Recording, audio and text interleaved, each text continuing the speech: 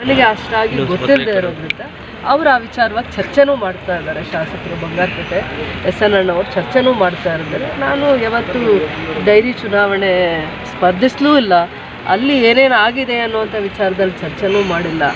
ಏನಾಗಿದೆಯೋ ಇಲ್ಲೋ ಜಿಲ್ಲೆಯಲ್ಲಿ ಪ್ರಭಾವಿಗಳು ಜಿಲ್ಲೆ ಮಾನ ಮರ್ಯಾದೆ ಹರಾಜು ಹಾಕೋದ್ರಲ್ಲಿ ಫಸ್ಟಲ್ಲಿರ್ತಾರೆ. ಮತ್ತು ನಮ್ಮ ಜಿಲ್ಲೆ ರೈತರ ಸಂಸ್ಥೆನ ಬಡವ್ರನ್ನ ಕಾಪಾಡುವಂಥ ಸಂಸ್ಥೆಗಳನ್ನ ಉಳಿಸೋವಂಥದ್ರಲ್ಲಿ ಎಷ್ಟು ಸಕ್ರಿಯವಾಗಿ ನಾಯಕರು, ಜಿಲ್ಲೆಯಲ್ಲಿ ರಾಜಕೀಯ ಕಟ್ಟುವಂಥ ನಾಯಕರು, ಪ್ರಭಾವಿಗಳು ಎಷ್ಟು ಚೆನ್ನಾಗಿ ಕಾಪಾಡ್ಕೊಂಡು ಬಂದಿದ್ದಾರೆ ಅಂತ ನೀವು ಯೋಚನೆ ಮಾಡಿ. ರೈತರ ಸಮಸ್ಯೆ ಬಗ್ಗೆ ಎಷ್ಟು ದಿನ ಕಣ್ಣೀರು ಹಾಕಿದ್ದಾರೆ, ಬಡವ್ರಿಗೆ ಏನು ಕಷ್ಟ ಆಗ್ತಾ ಇದೆ, ಯಾವ ಸಂಸ್ಥೆನ ಒಂದು ಮನೇನ ಕಟ್ಬಿಟ್ಟು ಯಾರಾದರೂ ನಿಮ್ಮ ಮನೆ ಮುಂದೆ ಆ ಮನೇನ ಹೊಡೆದಾಗ್ತಾ ಇದ್ರೆ ಆ ಮನೆ ಯಜಮಾನನಿಗೆ ಎಷ್ಟು ನೋವಾಗ್ತಾ ಇರುತ್ತೆ. ಅದೇ ಥರ ಅಸೂಯೆಯಿಂದ ದ್ವೇಷದಿಂದ ಸಂಸ್ಥೆಗಳನ್ನ ಕಟ್ಟಬೇಕ್ರಿ, ಕಟ್ಟಿಬಿಟ್ಟು ಮತ್ತೆ ಅದನ್ನು ಬೆಳೆಸೋದನ್ನು ನೋಡೋವಂಥವ್ರು ಆಗಬೇಕು. ಅವಾಗ ನಾಯಕರು. ಸಂಸ್ಥೆನ ಕಟ್ಟಿಬಿಟ್ಟು ನೆಲ ಕಚ್ಚೋಂಗೆ ಮಾಡಿಬಿಟ್ಟು ಅಹಂಕಾರ ಮೆರಿತೀವಲ್ಲ, ಅದು ನಾಯಕರ ಲಕ್ಷಣ ಅಲ್ಲ.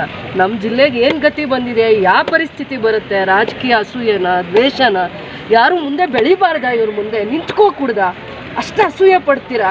ಜನ ಆಶೀರ್ವಾದ ಮಾಡಿದ್ಮೇಲೆ, ದೇವ್ರ ಆಶೀರ್ವಾದ ಮಾಡಿದ್ಮೇಲೆ ನಿಮ್ಗೆ ಅಷ್ಟು ಹಿಂಸೆ ಆಗುತ್ತಾ? ಅವ್ರನ್ನ ದೇವರು ಜನಗಳೇ ರಕ್ಷಣೆ ಮಾಡಿ.